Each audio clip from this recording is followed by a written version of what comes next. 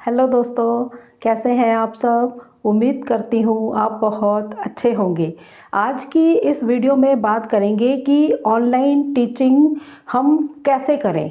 मेरे को असल में बहुत सारे कमेंट्स बहुत पहले भी आ रखे हैं और अभी भी रिसेंट भी आने स्टार्ट हुए हैं ऐसे वाले कमेंट, और मेल्स भी आई हैं कि आप हमें ये गाइड कर दीजिए कि अगर हम ऑनलाइन टीचिंग करना चाहते हैं तो हम कैसे करें। होता है बहुत सारे लोग तो इस बारे में कहेंगे कि ये तो पता ही है हमें, ऐसे होता है ऑनलाइन टीचिंग। लेकिन बहुत सारे लोग हैं जिनको नहीं पता कि हम बेसिकली अगर काम करना चाहें इसमें तो हम उसको कैसे करेंगे।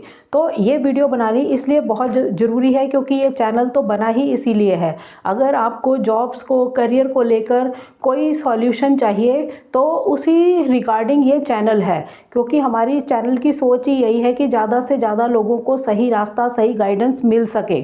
ठीक है, तो अगर आप ऑनलाइन टीचिंग करना चाहते हैं तो इसके लिए हमें क्या क्या करना होगा, वो सारी बातें आज हम इस वीडियो में लेकर चलेंगे कि हम कौन कौन से ऐसे स्टेप्स हैं वो उठाएंगे तब हम ऑनलाइन टीचिंग कर सकते हैं।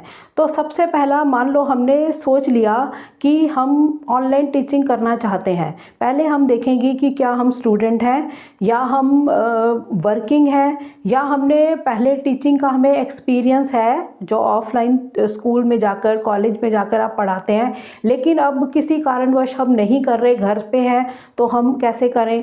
बहुत सारे मतलब कैटेगरीज में डिवाइड हो जाती है ये चीज़, चाहे वो स्टूडेंट्स हैं, हाउसवाइफ हैं या कोई और भी है, क्योंकि इसमें मेल फीमेल का भी कोई चक्कर नहीं है, टीचर सभी होते हैं। तो आप कोई भी मतलब अगर टीचिंग, ऑनलाइन टीचिंग करना चाहते हैं तो उसके लिए हमें क्या करना होगा।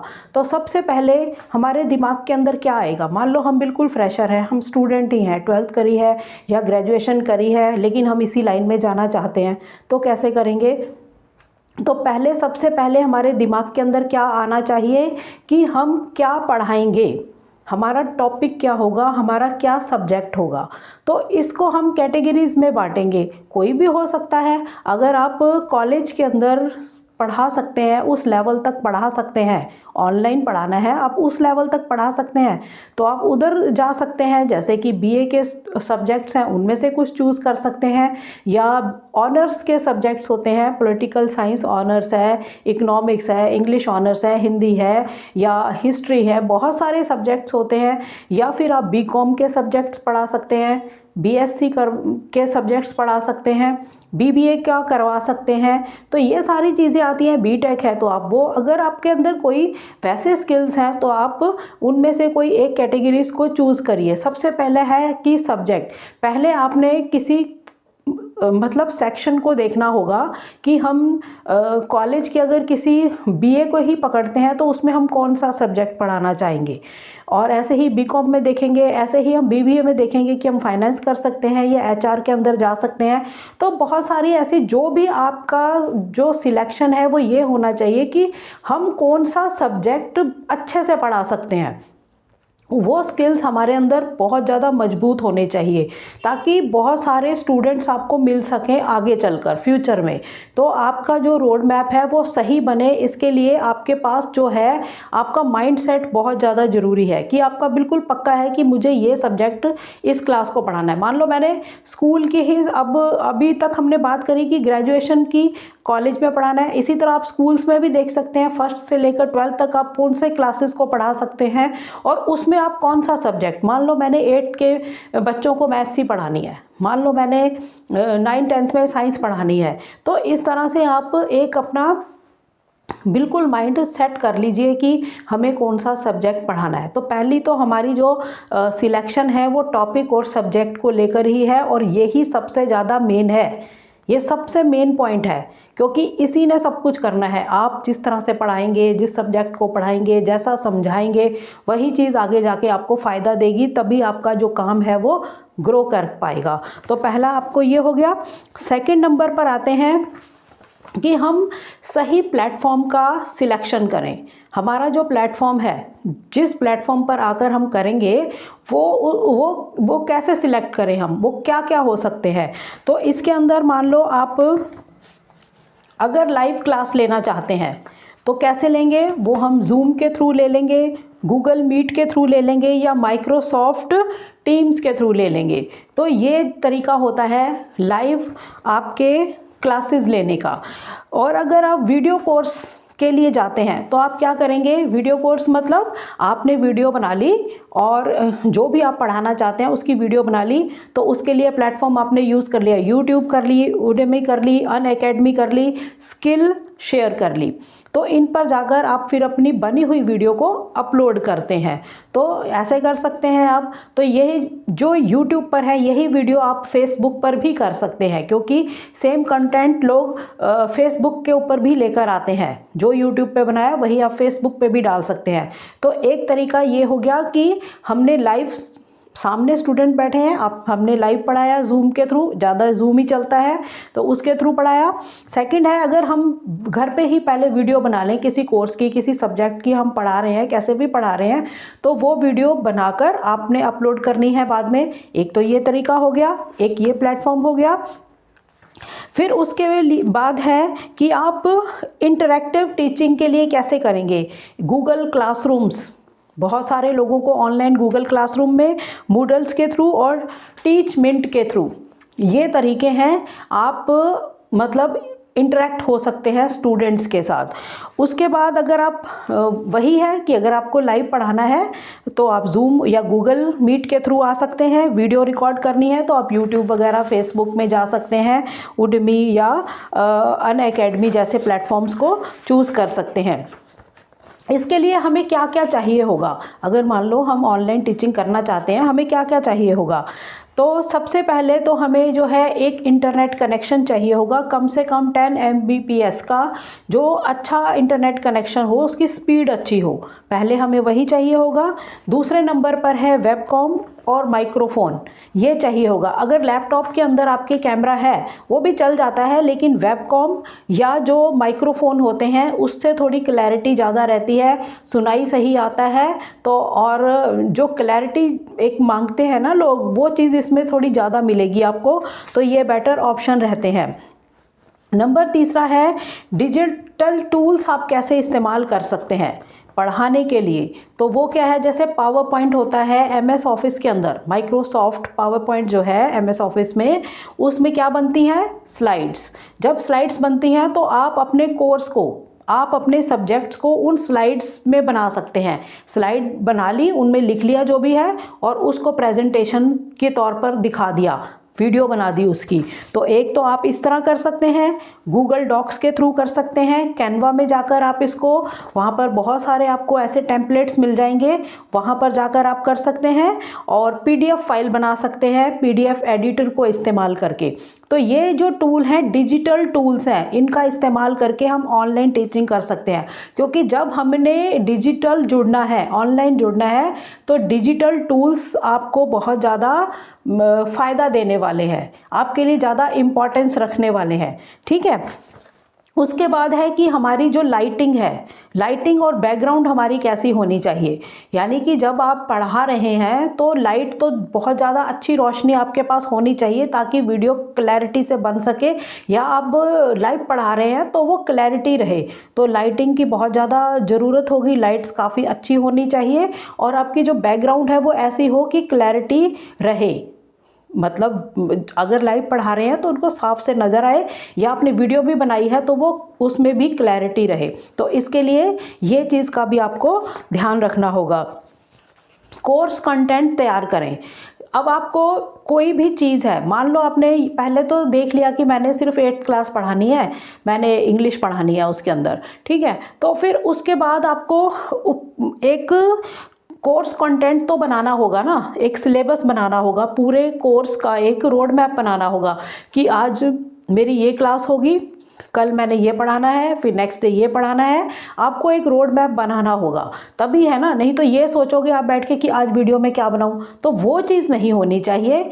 मतलब आपको बिल्कुल क्लैरिटी होनी चाहिए कि हमने ये सब्जेक्ट पढ़ाना है, ये टॉपिक पे हमने बात करनी है, चाहे वो ग्रेजुएशन है, चाहे वो स्कूल की स्टडी है, या फिर आप कोई एग्ज़ाम्स की, एंट्रेंस एग्ज़ाम्स की तैयारी करवा रहे हैं, या कोई भी ऐसा आप कोर्स करवा रहे हैं, आपके पास स्किल्स हैं, तो सबके लिए ही आपको कोर्स कंटेंट बनाना बहुत ज़्यादा ज़रूरी है। आपके पास डायरी में अच्छे से नोटेड होना चाहिए कि आज हम इस पे बात करेंगे, कल हमने इस पे बात करनी है। आपके पास मतलब कंप्लीट वो होना चाहिए, नहीं तो फिर आपने आज वीडियो बना दी, कल आप सोचेंगे कि अब मैं आज क्या बनाऊँ, आज क्या बताऊँ, तो वो चीज़ नहीं होनी चाहिए। इस चीज़ के लिए आपको एक रूपरेखा अच्छे से बनानी होगी। स्लाइड्स और नोट्स आपको बनाने ही पड़ेंगे। आप या तो नोट्स बनाएं, कई लोग तो ऐसे भी करते हैं, नोट्स आप हाथों से लिखे होते हैं, उनको वो वीडियो के थ्रू दिखा देते हैं। कई लोगों ने तो ऐसे भी काम किया हुआ है। और आपको इसके लिए क्या करना होगा, स्लाइड्स बना सकते हैं, पावर पॉइंट के अंदर जाकर PDF नोट्स बना सकते हैं, या फिर ज़रूरी मटेरियल है वही जो मैंने बताया, लोगों ने बहुत सारों ने हाथ से नोट्स बनाकर उसको भी अच्छे से कैमरे से शूट करके उसकी वीडियोस बनाई हैं, फॉर्मूलेज बताए हैं, तो ऐसे भी आप कर सकते हैं। वो आप पर डिपेंड करता है कि आप कितने कैपेबल हैं, कैसे आप पढ़ा सकते हैं। ठीक है, तो ये चीज़ आप कर सकते हैं। उसके बाद आपको वीडियो या ऑडियो लेक्चर जो है वो कैसे देना है, वो चीज़ आपको सोचनी होगी कि प्री रिकॉर्डेड वीडियोस पे आपको पढ़ाना है या फिर आपको लेक्चर सामने देना है, लाइव लेक्चर देना है, तो उसकी भी डिटेल आपको बनानी होगी। ये तो मैंने पहले आपको पॉइंट बता ही दिया कि प्री रिकॉर्डेड वीडियो आपको बनानी है या फिर आप लाइव लेक्चर्स भी दे सकते हैं, लेकिन उसकी भी आपको डिटेल बनानी होगी कि हमने कैसे करना है, क्या करना है, क्या पढ़ाना है, क्या समझाना है।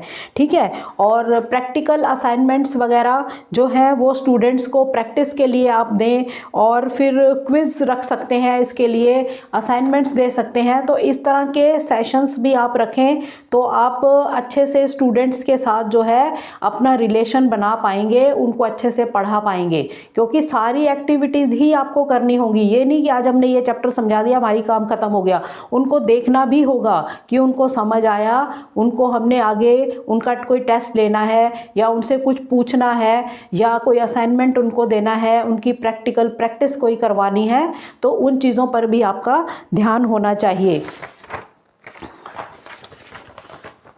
उसके बाद आते हैं कि स्टूडेंट्स के साथ आपको जुड़ के रहना होगा। मतलब अलग अलग तरीके होने चाहिए स्टूडेंट्स के साथ जुड़ के रहने के।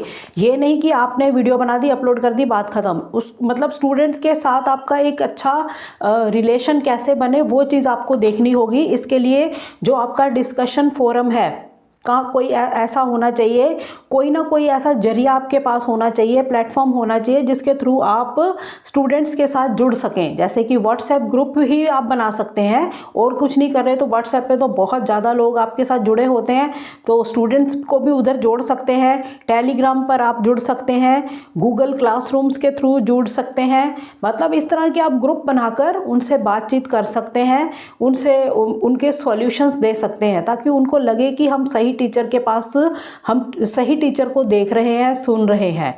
ये चीज़ इधर बहुत ज़्यादा मायने रखेगी ऑनलाइन जब आप टीचिंग करेंगे। तो जब हम नॉर्मल ऑफलाइन करते हैं उसका थोड़ा फ़र्क होता है कि स्टूडेंट घर पर आए या आपने घर पे जाके पढ़ाया, तो आप रोज़ ही स्टूडेंट से मिलते हैं। लेकिन यहाँ पर आपको ऑनलाइन है, तो ऑनलाइन उनके साथ आपके रिश्ते कैसे बनेंगे, उनको कैसे समझाओगे, कैसा गाइड करोगे और फॉलोअप्स कैसे करोगे। आज आपने चैप्टर पढ़ा दिया, आपके दिमाग में चलते रहना चाहिए कि उनको समझ आया था कि नहीं, उनसे पूछूं कि आपको कुछ और इसकी ज़रूरत है समझने की। तो ये सब चीज़ें, मतलब कौन से पॉइंट्स आपको नहीं समझ आए, कौन से मुझे दोबारा समझाने चाहिए, सारी चीज़ें हैं आपको ध्यान से करवानी है, प्रैक्टिस करवानी है, असाइनमेंट्स देने हैं, ये सारी चीज़ें, टेस्ट लेते रहना है। तो ये ऐसे आपको इधर भी अपनी क्वालिटी को शो करना है, यहाँ पर भी, तभी आप एक अच्छे टीचर बन पाएंगे, ऑनलाइन टीचर।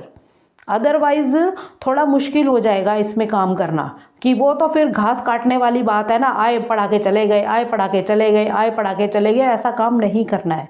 बहुत ही तरीके से मेरी तो हमेशा ही ये बात रहती है कि टीचर्स कोई भी हो, चाहे स्कूल में हो, कॉलेज में हो, कहीं पे भी पढ़ा रहे हैं, उनको बहुत ज़्यादा डेडिकेट होकर ही पढ़ाना चाहिए, क्योंकि बच्चों के करियर इसके साथ बहुत ज़्यादा जुड़े होते हैं। जो यहाँ पर सीख लिया, एक बार दिमाग में बिठा लिया, वो हमेशा रहता है। कुछ स्किप कर गया, आधी अधूरी बातें पता लगी, आधी पता नहीं लगी, आधा हमने भी छोड़ दिया, उन्होंने भी छोड़ दिया, आलस कर गए, हम भी वो भी कर गए, तो ऐसी चीज़ें इधर बिल्कुल भी जो है ना उसको अलाउ नहीं किया जा सकता, बिल्कुल भी नहीं, क्योंकि ये करियर से बिल्कुल सीधा जुड़ा हुआ आपका सेक्टर है।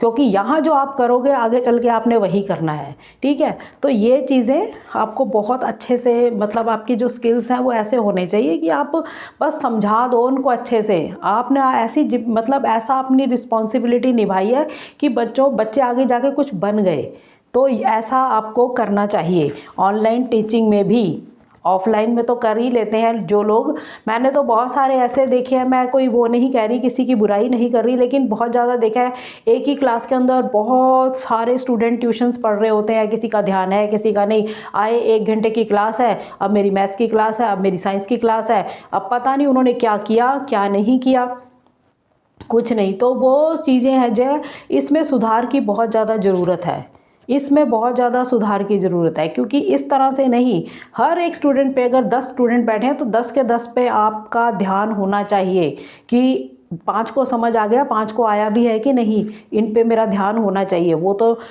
आलस कर गए कि चलो छोड़ो हमने भी सीख लिया और अपना मस्ती करके निकल गए, लेकिन ये चीज़ें आपके अंदर नहीं होनी चाहिए, आपने उन्हें पकड़ना है। अगर 10 में से 5 सीख गए तो आपने बाकियों 5 को भी सिखाना है, ये आपकी रिस्पॉन्सिबिलिटी होनी चाहिए। तो ये चीज़ आपने ऑनलाइन टीचिंग में भी करनी है। अगर ज़्यादा सक्सेस चाहते हैं तो फॉलोअप्स आपको देखना होगा, ठीक है, ये चीज़ आपको करनी होगी। ऑनलाइन टीचिंग से हम पैसे कैसे कमा सकते हैं, अब आती है बात यहाँ पर कि हमें अगर अपना प्रोफेशन ये बनाना है तो हम इससे पैसे कमा कैसे सकते हैं। तो अगर आप वीडियोस को यूट्यूब पे डालते हैं, अपनी जो भी कोर्स आप पढ़ा रहे हैं, जो सब्जेक्ट आप पढ़ा रहे हैं वो यूट्यूब पर डालते हैं, तो यूट्यूब से जो इनकम आती है एडसन से, वो आपको आने लग जाएगी, ठीक है, एक जरिया ये हो गया। उसके बाद उडमी या अनअकैडमी के साथ अगर आप जुड़ते हैं तो वहाँ पर आप पेड कोर्सेज अपलोड कर सकते हैं, पैसे लेके कोर्स को अपलोड कर सकते हैं, मतलब आपको पैसे स्टूडेंट देंगे तो वो कोर्स आप उनको प्रोवाइड करवा देंगे। या फिर जूम से, गूगल मीट से पेड क्लासेस ले सकते हैं, मतलब उसी टाइम आपने जैसे कोई क्लास ली उसके पैसे लिए, तो इस तरह से हो जाएगा, आप ये कर सकते हैं। या फिर आपको पर्सनली जो है अपनी मार्केटिंग करनी होगी ट्यूशन्स के लिए, सोशल मीडिया के लिए आपको पर्सनली आना है तो आप फेसबुक पे, इंस्टाग्राम पे, यूट्यूब पे, टेलीग्राम पे, व्हाट्सएप ग्रुप पर, यहाँ से आप लेकर स्टूडेंट्स जैसी वो क्लास चाहते हैं वैसी देकर आप उनसे पैसे ले सकते हैं। उसके बाद आता है कि ऑनलाइन टीचिंग के लिए जो प्लेटफॉर्म्स हैं वो कौन कौन से हमें मिल सकते हैं, कि अगर हम ऑनलाइन टीचिंग करना चाहते हैं, मतलब एज अ ट्यूटर कहीं जॉब करना चाहते हैं, या एज अ ट्यूटर हमें कोई प्रोजेक्ट मिल जाए, या वहाँ हमें स्टूडेंट्स मिलते रहे, तो ऐसे बहुत सारे प्लेटफॉर्म्स हैं जहाँ पर जाकर आप काम कर सकते हैं। जैसे कि ऑनलाइन टीचिंग के लिए आपको बहुत सारे प्लेटफॉर्म्स मिल जाएंगे, जैसे कि वार्सिटी ट्यूटर्स है, फिलो है, ट्यूटर मित्रा है, प्रीप्लाई है, टेक्स्ट बुक है, अर्बन प्रो और क्यू मैथ्स में कर सकते हैं, सुपर प्रॉफ में कर सकते हैं, चेक इंडिया, अनअकैडमी, यूट्यूब पे कर सकते हैं, खान एकेडमी, और वेदांतु में आप कर सकते हैं, उडमी में आप कर सकते हैं, कोर्सेरा में आप कर सकते हैं, नेटिव कैंप और Tutor AI, Class Plus, Thinkific, Teachers of Tomorrow और करियर 360। इस तरह से आप घर पे शिक्षा होम ट्यूटर साइट्स, तो ये बहुत सारे प्लेटफॉर्म्स हैं ऐसे जहाँ पर जाकर आप ऑनलाइन क्लासेस ले सकते हैं। तो आप देख सकते हैं वो जो हमने सारा तरीका बताया वो तो है कि आपने ऑनलाइन क्लासेस लेनी है तो आपको क्या करना होगा, कैसे कैसे करना होगा। लेकिन अगर आप जुड़ जाते हैं किसी प्लेटफॉर्म के साथ, वहाँ पर एज अ ट्यूटर जुड़कर या तो जॉब कर रहे हैं या मतलब प्रोजेक्ट बेस पे जब स्टूडेंट मिले आप उनको पढ़ा के पैसे ले लें, तो आप इन प्लेटफॉर्म्स के साथ जुड़कर ऐसा कर सकते हैं। और अगली बात आती है कि आपको इम्प्रूव करते रहना है। मान लो आपने 12th के बच्चों को पढ़ाना स्टार्ट किया, आपने पढ़ा दिया, लेकिन आपको इम्प्रूव करना बहुत ज़्यादा ज़रूरी है। ये नहीं कि आपने एक ही तरीका पकड़ा हुआ है, आप उसी से पढ़ाते जा रहे हैं। वो देखना है कि आपको कहाँ इम्प्रूवमेंट की ज़रूरत है। अगर आप देखिए कि स्टूडेंट्स क्या चाहते हैं, कैसे चाहते हैं, तो आप अपने आप को इम्प्रूव करते रहिए, अपने स्किल्स को बढ़ाते रहिए। ये बहुत ज़्यादा ज़रूरी है, क्योंकि वैसे भी टीचिंग लाइन ही ऐसी होती है, वो पढ़ाते तभी हैं, वो खुद पढ़ते हैं।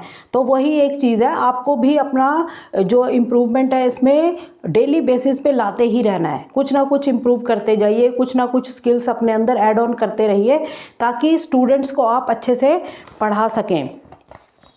बाकी है कि आप स्टूडेंट्स से फीडबैक ज़रूर लें और उसमें सुधार करें। जैसा वो चाहते हैं वैसा आप ज़रूर करें, मतलब स्टूडेंट से आपको फीडबैक ज़रूर लेना है।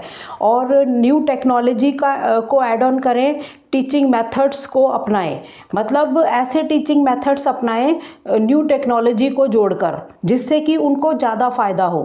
तो टेक्नोलॉजी के साथ इसमें जुड़े रहना बहुत ज़्यादा ज़रूरी होगा।